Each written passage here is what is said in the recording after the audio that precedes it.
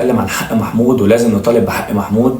يعني شاب زي الورد راح ضحية بسبب شوية بلطجية ما لهمش أي قيمة في الحياة غير إنهم بس بيفسدوا شباب البلد.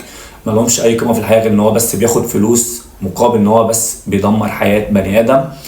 ومش كده وبس، لا كمان ما بيعجبوش ان انت مثلا ممكن تقول له ما تقفش تحت بيتي وتبيع الكلام ده. ممكن يعني يعمل معاك مشكله كبيره، يعني جامده وكبيره. وطبعا كلنا في شوارعنا اكيد كل واحد مثلا بيبقى فيه على قمه شارعه وفي حد بيبيع، في واحد مثلا واقف في اي حته. فانت حتى لو كلمته بتتكلمه لله لمصلحته، ولكن هو ما بيبقاش طبعا مقتنع بالكلام ده.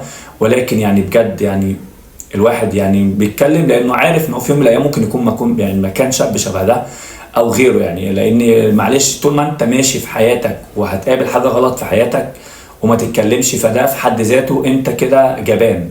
فلما تشوف حاجه غلط زي دي اقف وتصدر واتكلم، وما تقولوش يعني ما تقولوش انت واقف هنا، لا انت ما توقفوش اصلا تحت بيتك. سلام. وانا عارف ان الكلام ده ممكن يزعل ناس كتير قوي،